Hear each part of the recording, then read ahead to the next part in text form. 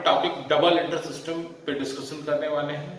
देखिए double entry system के accordingly each and every transaction का हम लोग ऑलवेज टू इफेक्ट लेंगे। जैसे एक कॉइन का दो साइड होता है, हेड एंड टेल, वैसे ईच बिजनेस ट्रांजेक्शन का ऑलवेज टू एस्पेक्ट होगा, जिसमें किसी एक एस्पेक्ट को हम लोग डेबिट करते हैं और अनदर दूसरे एस्पेक्ट को हम लोग क्रेडिट करते हैं। तो ये याद रखना कि every debit must have corresponding credit, vice versa every credit must have corresponding debit। Means इस ट्रांजेक्शन में अगर कोई एक ट्रांजेक्शन का इफेक्ट अगर आप डेबिट करोगे तो दूसरा इफेक्ट ऑलवेज ऑटोमेटिकली क्रेडिट होगा, या किसी एक ट्रांजेक्शन को क्रेडिट करोगे तो उसका अपोजिट ट्रांजेक्शन डेबिट होगा। देखो ये फंडामेंटल प्रिंसिपल है अकाउंटिंग का, जिसको हम लोग डुअल प्रिंसिपल भी कहते हैं, जिसके बेस पे सारा ट्रांजेक्शंस को हम लोग रिकॉर्ड करते हैं। यहां पर करना क्या पड़ता है कि सबसे पहले हम लोग को अकाउंट्स क्लासिफाई करना पड़ेगा, जो कि हम लोग आगे समझेंगे टाइप्स ऑफ अकाउंट में। देन फिर हम लोग को उसमें रूल्स लगाना पड़ेगा डेबिट एंड क्रेडिट का। तो पहले हम लोग डबल एंट्री सिस्टम में आ जाते हैं। देखो डबल एंट्री सिस्टम के अकॉर्डिंगली अभी हम आपको बताएं कि ईच एंड एवरी ट्रांजेक्शन का दो एस्पेक्ट होगा। फर्स्ट एस्पेक्ट होगा डेबिट एंड सेकेंड एस्पेक्ट होगा क्रेडिट। अच्छा, डेबिट को हम लोग शॉर्ट फॉर्म डीआर से इंडिकेट करेंगे और क्रेडिट को सीआर से। CR means credit. तो आप देख रहे होंगे कि जब हम लोग ट्रांजेक्शन को रिकॉर्ड कर रहे हैं तो एक साइड में हम डेबिट मेंशन किए, दूसरे साइड में क्या मेंशन किए, क्रेडिट। तो ये ऑलवेज दोनों ट्रांजेक्शन हमेशा एक साथ चलेंगे। तो डबल एंट्री सिस्टम के अकॉर्डिंगली हर ट्रांजेक्शन का दो एस्पेक्ट होगा, एक डेबिट और credit. Double entry system is the most scientific, authentic and universal accounting system which is adopted by whole of world। आप कहीं के भी ट्रांजेक्शंस को अगर आप डिस्कशन करोगे या देखोगे तो अकाउंटिंग रिकॉर्ड इसी मेथड के अकॉर्डिंगली होता है। अब क्या होगा कि डबल एंट्री सिस्टम के अकॉर्डिंगली हम लोग कुछ अकाउंट्स को क्लासिफाई करेंगे। According to double entry system there are three types of account. First आपके लैंग्वेज में तो अकाउंट्स के टू टाइप्स मिलेंगे, पर्सनल अकाउंट और इम्पर्सनल, और रियल और नॉमिनल इम्पर्सनल अकाउंट में आते हैं। लेकिन अभी हम लोग अकाउंट्स के थ्री कैटेगरी को ही डिफाइन करेंगे। देखो पर्सनल अकाउंट ऐसे अकाउंट जो पर्सन से रिलेटेड हो, like individual, business concern, business institutions, artificial person, वो सारे इस कैटेगरी में आते हैं। शॉर्ट में ऐसे बता सकते हैं जो नाउन से, नेम से रिलेटेड हो, जो नाउन को रिप्रेजेंट करते हो अकाउंट, वो पर्सनल अकाउंट होंगे।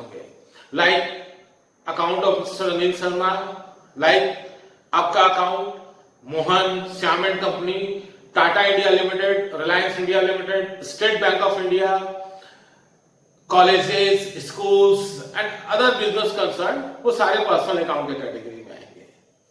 सेकेंड हम देखो यहां पे मेंशन किए हैं real account. Real account means those account which are measured in terms of money. All valuable things are assets like cash, land and building, plant and machinery, furniture and fixtures, stock, ये सारे assets के example है।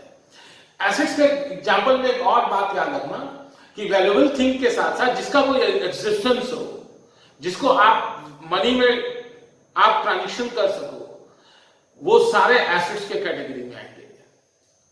Third देखोगे हम mention किए हुए यहां पर नॉमिनल अकाउंट। ऐसे अकाउंट जो बिजनेस के इनकम और एक्सपेंस से कंसर्न हो, जिनका कोई एग्जिस्टेंस नहीं होता। दैट मींस ऐसे अकाउंट जिसपे आप अगर आप उस सर्विस के एजेंट से पे कर दिए तो फ्यूचर में फिर उसका बेनिफिट आपको रियलाइज नहीं होता। फॉर एग्जाम्पल वेजेस, जैसे मान लो कोई लेबर आपके यहाँ वर्क किया, आप उसको वर्क के अगेंस्ट में उसको वेजेस का पेमेंट दे दिए, वहां पर उसका सर्विस एंड हो गया। तो इसमें बहुत सारे अकाउंट आएंगे जो बिजनेस के एक्सपेंस और इनकम से रिलेटेड होते हैं। First salary, then rent, insurance, बहुत सारे एग्जांपल एक्सपेंसेस के जितने आप सोच सकते हो। और इसमें सारे लॉसेस भी आएंगे, लाइक बैड डेट्स, ऐसा अमाउंट जिसको क्रेडिट में सेल किए और वो इरिकवरेबल हो गया। डेप्रिसिएशन, एसेट्स का वैल्यू अगर आप रिड्यूस कर रहे हो तो हम डेप्रिसिएशन प्रोवाइड करते हैं। तो वो सारा अकाउंट चला जाता है नॉमिनल अकाउंट। तो इस तरह डबल एंट्री सिस्टम के अकॉर्डिंगली ट्रांजेक्शन को हम लोग दो पार्ट में डिवाइड करते हैं, डेबिट एंड क्रेडिट। और डेबिट एंड क्रेडिट को डिफाइन करने के लिए हम लोग ट्रांजेक्शन में अकाउंट्स को थ्री कैटेगरी में डिवाइड करते हैं। Personal, real and nominal. तो इस तरह से फिर ये सारे अकाउंट का अपना कुछ रूल्स होता है और रूल्स के अकॉर्डिंगली हम लोग ट्रांजेक्शन को रिकॉर्ड करते हैं। देखिए पिछले सेशन में हमने डिस्कस किया था कि अकाउंट्स के 3 टाइप्स होते हैं, बेसिकली 2 टाइप्स होते हैं, लेकिन उसको ऑलवेज हम लोग अभी स्टार्टिंग में 3 कैटेगरी में डिस्कस करेंगे, personal account, real account and nominal account.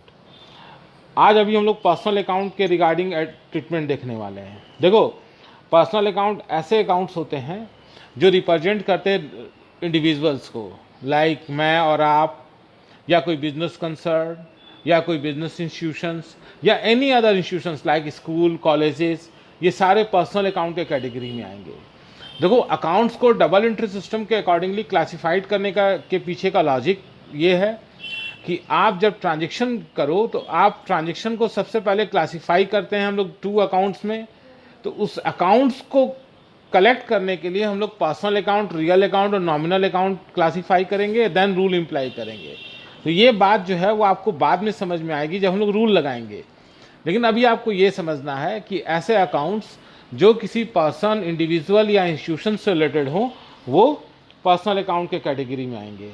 अब आप देखोगे इसमें सबसे पहले मेंशन किया हुआ कैपिटल अकाउंट, ड्राइंग्स अकाउंट। देखो कैपिटल और ड्राइंग्स दोनों बिजनेसमैन को रिप्रेजेंट करते हैं, दैट्स वाई ये पर्सनल अकाउंट है।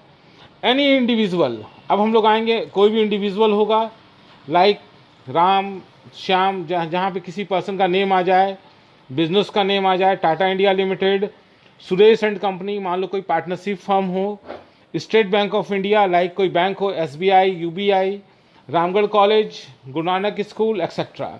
ये एग्जाम्पल हो गए पर्सनल अकाउंट के, रिप्रेजेंटेटिव पर्सनल अकाउंट के, सॉरी आर्टिफिशियल पर्सनल अकाउंट के एग्जाम्पल हो गए जो कंसर्न, बिजनेस कंसर्न आएगा। देन अभी हम लोग आएंगे डेटर्स में। तो आप देखोगे डेटर्स में debtors, creditors, prepaid expenses, outstanding expenses, only bank, तो ये रिप्रेजेंटेटिव पर्सनल अकाउंट होंगे। तो रिप्रेजेंटेटिव पर्सनल अकाउंट ये ऐसे नेम है जो किसी पर्सन को रिप्रेजेंट करते हैं, like debtors, person to whom good sold on credit. तो हम लोग किसी पर्सन को ना गुड सेल करते हैं, तो डेटर भी किसी पर्सन को रिप्रेजेंट करता है, इसीलिए रिप्रेजेंटेटिव पर्सनल अकाउंट होगा। लेकिन अभी आप ये सारे को ये जितना भी हम आपको बताएं ये सारे को आप पर्सनल अकाउंट ट्रीट करेंगे। अब इसमें आ जाओ रूल्स में। पर्सनल अकाउंट का हम लोग रूल क्या इंप्लाइड करेंगे, debit the receiver and credit the giver. जैसे जो रिसीवर होगा वो डेबिट और जो गिवर होगा वो क्रेडिट। एग्जाम्पल ले लो, सोल्ड गुड्स टू मोहन, अगर आप मोहन को गुड्स सेल करोगे, Mohan the receiver, that means Mohan debit हो जाएगा। परचेज गुड्स फ्रॉम श्याम, आप गुड्स परचेज कर रहे हो किससे, श्याम से, इस केस में श्याम गिवर हो जाएगा। तो ये पर्सनल अकाउंट के रूल को इम्प्लाइड करने का रूल्स है। नेक्स्ट हम लोग आएंगे रियल अकाउंट।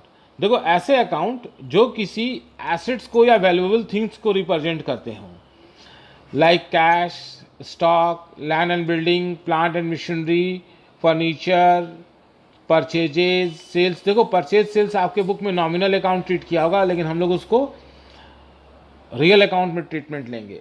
उसके बिहाइंड रीजन ये है कि परचेज एंड सेल्स दोनों स्टॉक से कंसर्न आइटम है। परचेज करोगे स्टॉक इंक्रीज करेगा, सेल करेंगे स्टॉक डिक्रीज होगा, इसलिए इसको हम लोग रियल अकाउंट ट्रीट करेंगे। रियल अकाउंट का रूल हो जाएगा debit what's comes in, credit what's goes out. जो भी रियल अकाउंट बिजनेस में इन करेगा, परचेज फर्नीचर, फर्नीचर परचेज किए तो फर्नीचर बिजनेस में इन हुआ तो फर्नीचर को आपको डेबिट करना होगा। Payment through cash, paid through cash, अगर आप कैश से पेमेंट करेंगे तो कैश आपका आउट होगा, क्रेडिट करेंगे। हम लोग और अभी सीखेंगे रूल्स में, आज तो इंट्रोडक्शन केवल ले रहे हैं। तो ये रियल अकाउंट हुआ। रियल अकाउंट का एक और चीज़ जान लेना कि ऑल वैल्यूएबल थिंग्स और जिसका अपना एग्जिस्टेंस हो वो सारे रियल अकाउंट में आते हैं। नेक्स्ट थर्ड हम लोग का नॉमिनल अकाउंट है। हम लोग नॉमिनल अकाउंट में जाएंगे। देखो जो ऊपर के दोनों अकाउंट में नहीं आते वो नॉमिनल में चले जाते हैं। नॉमिनल अकाउंट में ऐसे अकाउंट आएंगे जो आपके इनकम और एक्सपेंस से कंसर्न हो, लाइक रेंट हम लोग पे करते हैं, इससे ये मेरा एक्सपेंसेस है। सैलरी, कोई स्टाफ वर्क करता है, एम्प्लॉय उसको सैलरी पे करते हैं। कैरेज, अगर मान लो अगर आप गुड्स परचेज किए, सॉरी मेरे से मिस्टेक हो गया लिखने में, यहाँ वेजेज मेरे को लिखना था। वेजेज मीन्स मजदूरी जो हम लोग लेबर को पे करते हैं, ठीक है, इसमें ध्यान देना। कैरेज मीन्स अगर आप गुड्स परचेज किए, उस परचेज करके जो फ्रेट हम लोग पे करते हैं उसको कैरेज भी कहते हैं, फ्रेट भी कहते हैं। कमीशन, मान लो आप किसी का गुड्स सेल किए तो गुड्स सेल करने के अगेंस्ट में वो जो कंसिडरेशन आपको वो पे करेगा वो आपके लिए कमीशन हो जाएगा। अगर आप किसी को पे करेंगे तो एक्सपेंसेस होगा, और अगर आप रिसीव करोगे तो इनकम होगा। इंटरेस्ट, जैसे मान लो आप बैंक से लोन ले लिए तो लोन के अगेंस्ट में बैंक को हम लोग को क्या पे करना पड़ता है, इंटरेस्ट, तो वो आपके लिए एक्सपेंस होगा।